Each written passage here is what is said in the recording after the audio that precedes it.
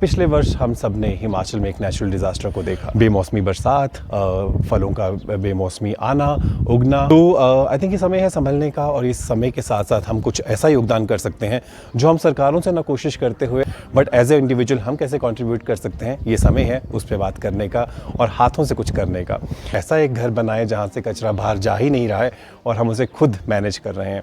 6 वर्ष से मैं इसे इकट्ठे कर रहा था, और इस पूरी बॉटल में 750 ml की बॉटल और 750 पैकेट इसके अंदर। दोस्तों, आज मैं आपके सामने एक ऐसी पर्सनालिटी को प्रेजेंट करने वाला हूँ जो कि मुझे बहुत इंस्पायर किए। ये कुछ इन्वायरमेंट के लिए इतना बढ़िया कर रहे हैं और इनके पास कुछ इतने अच्छे आइडियाज़ हैं कि we can do a lot in order to save our environment. तो चलिए शुरू करते हैं। सर, आपका नाम बताएंगे थोड़ा प्लीज़? पहले तो नमस्कार सभी व्यूअर्स को। मेरा नाम आशीष पल्याल है और मेरा जन्म स्थान कांगड़ा है और मेरी कर्म भूमि सोलन और शिमला है। प्रेजेंटली मैं शिमला में बेस्ड हूँ। सर, आप क्या काम करते हैं एक्चुअली और क्यों करते हैं, वो एक सबसे बड़ा चैलेंज है। आज सर मैं अपना पैशन फॉलो कर रहा हूँ, और मेरा पैशन है पर्यावरण के लिए कुछ करना। बहुत समय से एक पैशन अंदर था, हिडन था, जो था टीचिंग, और टीचिंग में मुझे बहुत मज़ा आता है। बट टीचिंग में ये कन्फ्यूज़न थी कि मैं किस चीज़ में टीचिंग करूँ। तो जो विषय निखर के आया वो था पर्यावरण, और मुझे बहुत अच्छा लगता है क्योंकि आने वाली जनरेशंस के साथ मैं इस नॉलेज को इम्पार्ट कर पाता हूँ। छोटी छोटी प्रैक्टिसेस हैं जिससे मैंने अपनी जीवन शैली में जोड़ा है, और मुझे लगता है कि एक एज ए इंडिविजुअल में स्टार्ट कर कोशिशें मैंने की हैं और जिनमें सफलता मिली है, क्यों ना मैं उनके साथ कंट्रीब्यूट करूं, क्योंकि एंड ऑफ द डे हम सब इस प्लेनेट के वासी हैं और इसके लिए हम बहुत कुछ कर सकते हैं। आई थिंक आपने बहुत अच्छा आंसर दिया sir, and we appreciate you for the kind of work you are doing. बहुत अच्छा काम कर रहे हैं सर। आप मुझे थोड़ा ब्रीफ कर सकते हैं, आप ऐसा क्यों कर रहे हैं, आपने ये फील्ड क्यों चूज की? Why? That question, why I need to get the answer. So, अभी अगर प्रेजेंटली बात करूं तो हम सभी लोग क्लाइमेट चेंज से बहुत अच्छे से परिचित हो रहे हैं। कोई समय था हम ग्लोबल वार्मिंग की बातें किया जाते थे, सेशंस दिए जाते थे, एसेस लिखते थे उसके ऊपर स्कूल्स के अंदर। हम कहते हैं गर्मी बढ़ रही है, पर्यावरण बदल रहा है, कि हम सभी लोग कंट्रीब्यूट करते हुए उस समय में आ गए हैं जहां हम इसके लाइव इंडिकेटर्स अपने साथ देख सकते हैं। बेमौसमी बरसात, फलों का बेमौसमी आना, उगना, और उनका समय से पहले 15-25 दिन का गैप होना। और पिछले वर्ष हम सब ने हिमाचल में एक नेचुरल डिज़ास्टर को देखा। हम सभी लोग कंट्रीब्यूट करते हैं, हम सभी भले ही उसे भूल गए हों, पर जिन परिवारों ने उसमें अपने चाहने वालों को खोया है, आई थिंक हम चाहे उसे नेचुरल कैलेमिटी कहें, बट हम साथ ही साथ उसमें बहुत बड़े कंट्रीब्यूटर्स हैं। तो आई थिंक ये समय है संभलने का, और इस समय के साथ साथ हम कुछ ऐसा योगदान कर सकते हैं जो हम सरकारों से ना कोशिश करते हुए, आई थिंक उनकी अपनी पॉलिसी लेवल्स हैं, बट एज ए इंडिविजुअल हम कैसे कंट्रीब्यूट कर सकते हैं, ये समय है उस पर बात करने का और हाथों से कुछ करने का। यही जज्बा है जहाँ पे कोशिश रहती है कि क्यों ना हम अपने हेड, हार्ट एंड हैंड को के मदद के साथ कुछ कर पाएँ। सो इसी जज्बे के साथ मैं इस काम को कर रहा हूँ। तो मेरा दिल भी कनेक्टेड है, मेरा दिमाग भी कनेक्टेड है, और अपने हाथों से कुछ करने का जज्बा है।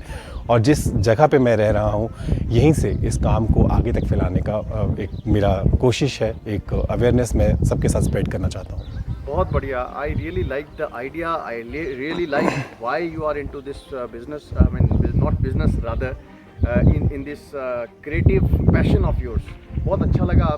मुझे कुछ आप अपने ऐसे कुछ क्रिएटिव आइडियाज़ दे सकते हैं मेरी ऑडियंस के लिए, जो कि हमें हेल्प कर सकती है कि इन्वायरमेंट में हम कैसे एक चाहे थोड़ा ही कंट्रीब्यूट करें, लेकिन हम कंट्रीब्यूट कर सकते हैं। तो कुछ आपके क्रिएटिव आइडियाज़ हो जो आप हमें बताना चाहते हो, दिखाना चाहते हो, तो प्लीज़ दिखाएं। पर्यावरण के लिए बहुत सारी चीज़ें हैं, जैसे मैं प्रेफरली 3 गंभीर विषयों पे काम कर रहा हूँ। पहली है जैव विविधता, दूसरा है पानी, और तीसरा है कचरा। मैं कचरे के साथ संबंधित आपके साथ एग्जाम्पल शेयर करना चाहूँगा। हम सभी अपने किचन में हर दिन हर सब्जियां, सब चीज़ें निकलती हैं और बनती हैं, वेस्ट जनरेट होता है। वो वेस्ट पैक होने के बाद सुबह किसी भैया दीदी को दिया जाता है या फिर किसी कचरे के ढेर पे फेंका जाता है। क्यों ना हम वहीं से शुरुआत कर ऐसा एक घर बनाए जहाँ से कचरा बाहर जा ही नहीं रहा है और हम उसे खुद मैनेज कर रहे हैं।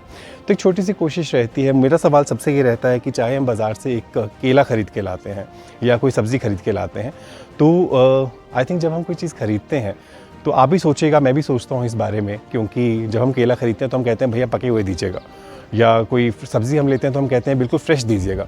जैसे वो हमारे किचन में आती है, वॉश होने के बाद सबसे पहले जिस छिलके से आपने उसे पसंद किया होता है वो छिलका उतार दिया जाता है, वो डस्टबिन में जाता है। तो मेरा प्रश्न यहाँ पे ये भी रहता है, खुद से भी रहता है, कि जिस चीज़ को हमने खुद पसंद किया था वो एकदम से वेस्ट कैसे बन गई। क्योंकि वेस्ट की परिभाषा सबके लिए अलग होगी। इन्हीं चीज़ों पे ध्यान करते करते जब मैं आगे बढ़ा तो मुझे लगा तो बहुत सारी चीज़ें हैं, चाहे वो कार्डबोर्ड पीसीस हैं, हमारे सबके घर पे भगवान ना करे किसी को ऐसी मेडिकल इमरजेंसीज हों, बट ऐसी दवाइयाँ भी आती हैं और बॉटल्स भी आती हैं, कोल्ड ड्रिंक्स भी आती हैं, तो बटर भी आता है, बहुत सब चीज़ें आती हैं। तो सोचा क्यों ना पहले इन्हें मैनेज करना शुरू किया जाए और इनका एक व्यवस्थित स्थान ढूंढा जाए, ये कहाँ जा सकते हैं।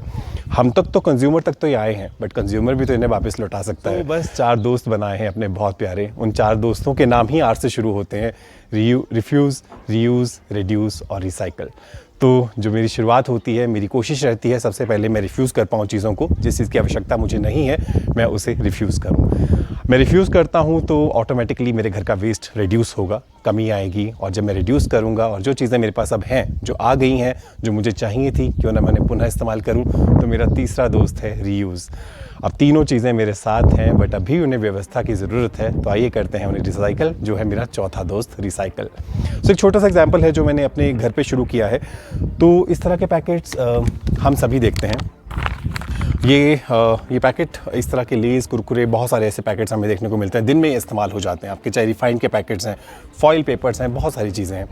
अब सोचिए कि जब इतना बड़ा पैकेट पर्यावरण में जाएगा तो हमारी शायद इतनी आयु नहीं होगी, शायद की तो बात ही नहीं है, बिकॉज हम इस बार की अगर बात करें तो हम लगभग 60 भी जी जाएँ तो बहुत बड़ी बात है।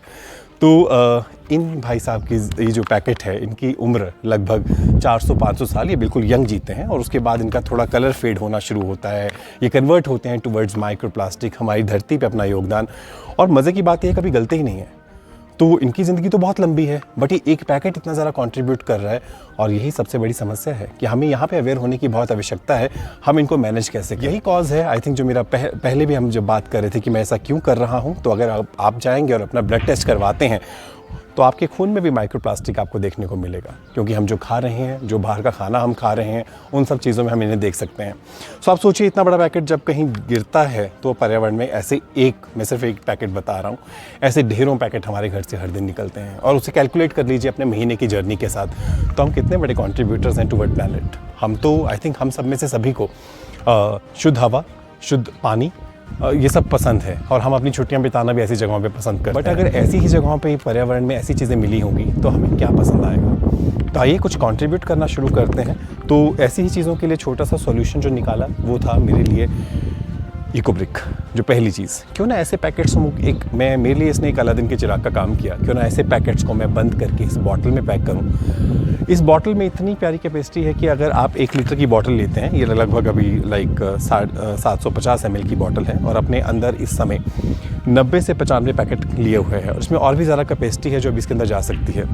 मैं पिछले कई सालों से कॉफ़ी के छोटे पैकेट जो 2 रुपीज़ वाले पैकेट होते हैं, काफ़ी लंबे, अगर 6 वर्ष से मैं इसे इकट्ठे कर रहा था, और इस पूरी बॉटल में 750 ml की बॉटल और 750 पैकेट इसके अंदर है। अभी भी आप ऊपर इसके लीड के पास देख सकते हैं, इसमें और कैपेसिटी है।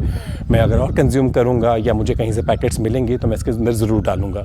ये पूरी ब्रिक डेडिकेटेड है टू कॉफ़ी, जितनी हमने आज दिन तक 6 साल तक मेरे और मेरे परिवार के सदस्यों ने पी है, प्लस कुछ ऐसे पैकेट्स जो हर दिन हमारे घर से निकलते हैं। एक पूरी इको ब्रिक हमारी कंप्लीट हो गई है, जो बन चुकी है, जिसमें लगभग इस 750 ml की बॉटल में लगभग 150 से लेके 180 तक के पैकेट इसके अंदर पूरे पैक्ड हैं। तो आप सोचिए, इतनी सी बॉटल अगर ये पर्यावरण में जाती है या किसी डस्टबिन में आप डालते हैं, कैपेसिटी वैसे तो नहीं डालना है हमें, अगर हम इसे डालते हैं तो ये कितनी जगह लेगी। कंपैरेटिवली 180 पैकेट अगर आप खुले में कहीं भी फेंक दीजिए तो वो कितना हार्म फैलाएंगे। इनका बहुत प्यारा सारे पैकेट मैंने इसमें डाल दिए।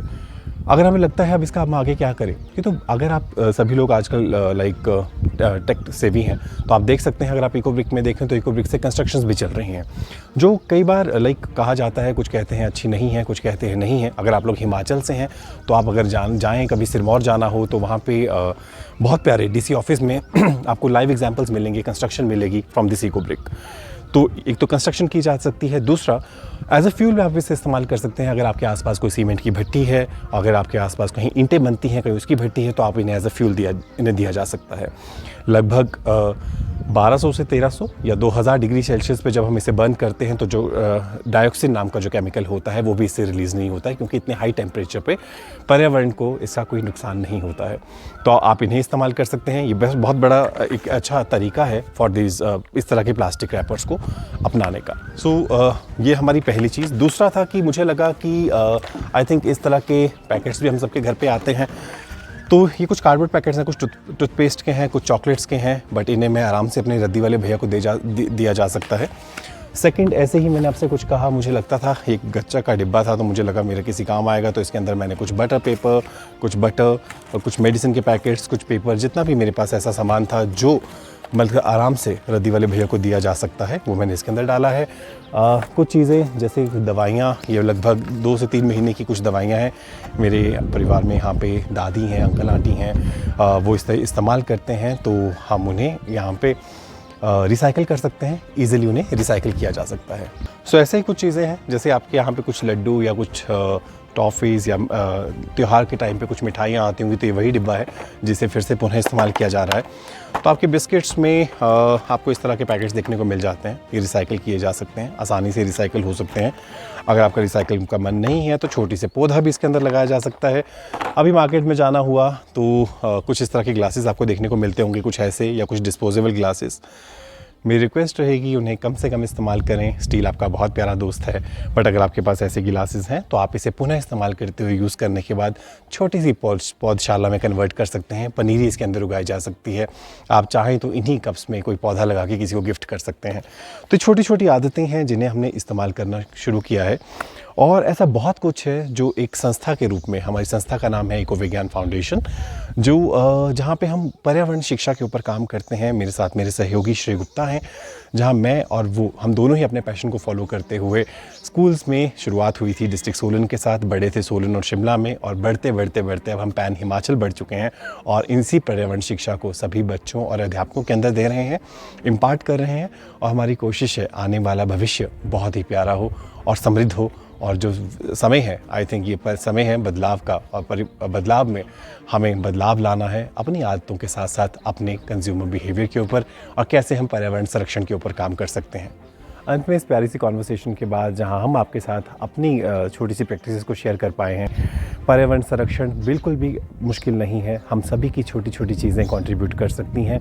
मौका है उन्हें अपनी ज़िंदगी में, या आई थिंक ये अवसर रहेगा हम सभी के लिए, उन्हें अपनी ज़िंदगी में ला पाने का, छोटी छोटी चीज़ों को, प्रैक्टिसेस को बिल्ड करने का। आपको इसमें कोई सहायता चाहिए हो तो हम हमेशा आपके साथ हैं। अपने आसपास के किसी स्कूल में, अपने घर पे, या फिर अपने बच्चों के लिए अगर आप इसकी सहायता चाहते हो तो मैं और श्री बहुत खुशी के साथ इसमें आपका सहयोग कर सकेंगे।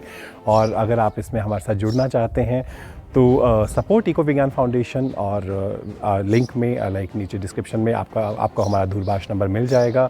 हमारी ईमेल आईडी भी इसमें शेयर्ड होगी, और आप चाहें तो हमें कांटेक्ट कर सकते हैं। इस पूरी वीडियो को देखने के लिए बहुत बहुत धन्यवाद। Thank you. सो दोस्तों, देखा आपने मेरे मित्र जिन्होंने कितना अच्छा आइडिया से भरा हुआ। हमें कुछ नहीं करना है, एक्स्ट्रा कुछ भी नहीं करना। घर का ही वेस्ट है, उसी को मैनेज करना है, उसी को प्लस माइनस करना है, और आप कितना ज़्यादा कंट्रीब्यूट कर सकते हो। सो दोस्तों, चलिए हम सब प्रण लेते हैं कि हमसे जितना भी हो सके, चाहे थोड़ा चाहे ज़्यादा, लेकिन हम करेंगे ज़रूर। उतना करते हुए अगर हम करें, कंट्रीब्यूट करें, तो मैं हमेशा कहता हूँ 800 करोड़ लोग हैं धरती पर, कितना क्विंटल्स, कितना टनों में हम लोग वेस्ट को रिसाइकिल कर सकते हैं, मैनेज कर सकते हैं। सो आपका बहुत बहुत धन्यवाद। Thank you very much. Thank you sir, thank you for your kind time and patience.